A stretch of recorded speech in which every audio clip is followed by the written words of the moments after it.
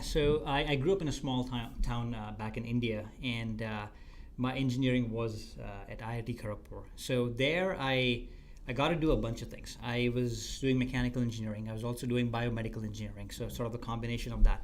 And that got me introduced to the idea of agent-based modeling. Not the term itself, but fundamentally, biology is where you look at single cells, small things and stuff like that and see how it all comes together.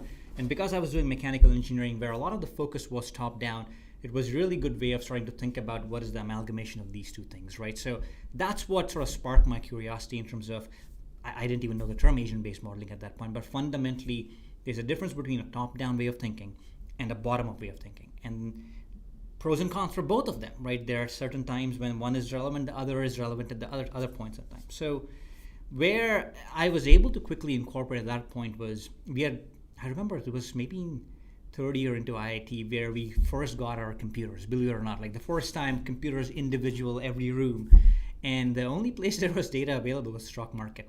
So, I went through the overall, hey, look at trends, try and break it down and do a whole host of stuff. Or you could look at sort of individual ticks and stocks and stuff like that and see what the market would behave. And the second was more interesting to me, one, because there wasn't a lot of money I had to trade with. So the returns weren't the thing I was looking for, but fundamentally the excitement of, hey, can I do something which can help explain what I'm seeing in the market? So it was mainly from an exploratory standpoint that I started developing a lot of these models now. That was used to sort of simulate or for me to understand how the stock market works, right? So I did that. My thesis actually was, it was a biology and mechanical engineering combination where I had to look at patterns from the ECG and see if I could predict something would happen 3, 6, 10 minutes down the road, right? So then again, you had to look at individual 12 signals of the ECG, combine it together. As opposed to top-down, you had to look at it more bottom-up. So I think it was a combination of a lot of these. At that point, I hadn't quite formalized what ABM was at that point. It still wasn't the most practical thing to do. It was always done sort of in specific corners of the world, that sort of stuff. But that's where it all started for me. And when I came to Georgia Tech here, biomedical engineering again. So before you go to Georgia Tech, so I know that you helped build a robotics community. So tell us about like what that was and why'd you start it and how it had grown dramatically. A part of it was fun. I think that's what we wanted to do. But this was again right around the time at IIT Kharagpur, I and a bunch of people, we created the first robotics competition at IIT Kharagpur as part of our technology festival, and it was still an up and coming thing. And all we wanted to do was we wanted to bring in the best in terms of robotic technology, the software and the hardware both at that point to do something cool and interesting. So in fact, the first problem we had was very simple. On a track, we had to get the robot to actually move around the track and come back. And it wasn't a circle, but it wasn't that complicated, right?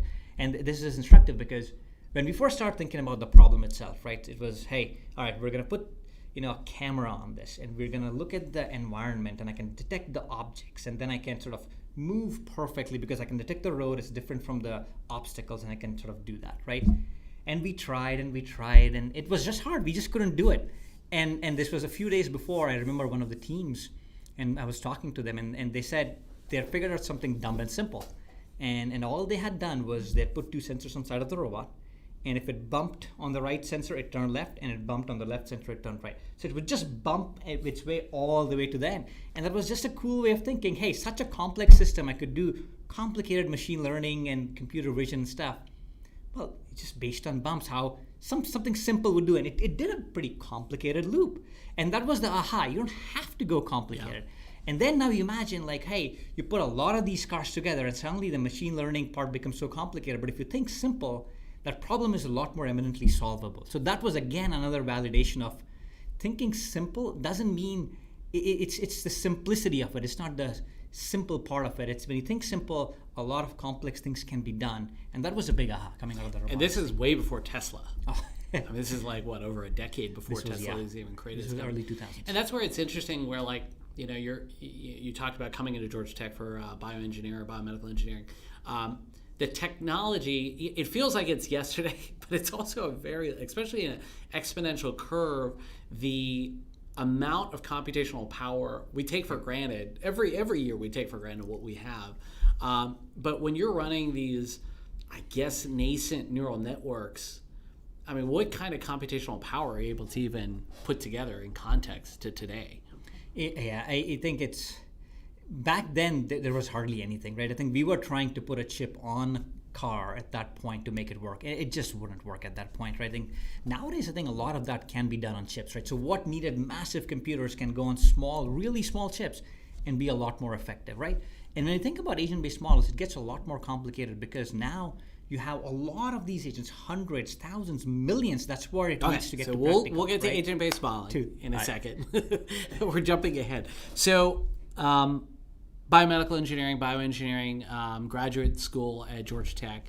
One, what brought you there as opposed to anywhere else? And then, the biomedical engineering program had just started at Tech, I think a couple of years before you came, and it's been ranked top 3 basically in the world, top 5, whatever.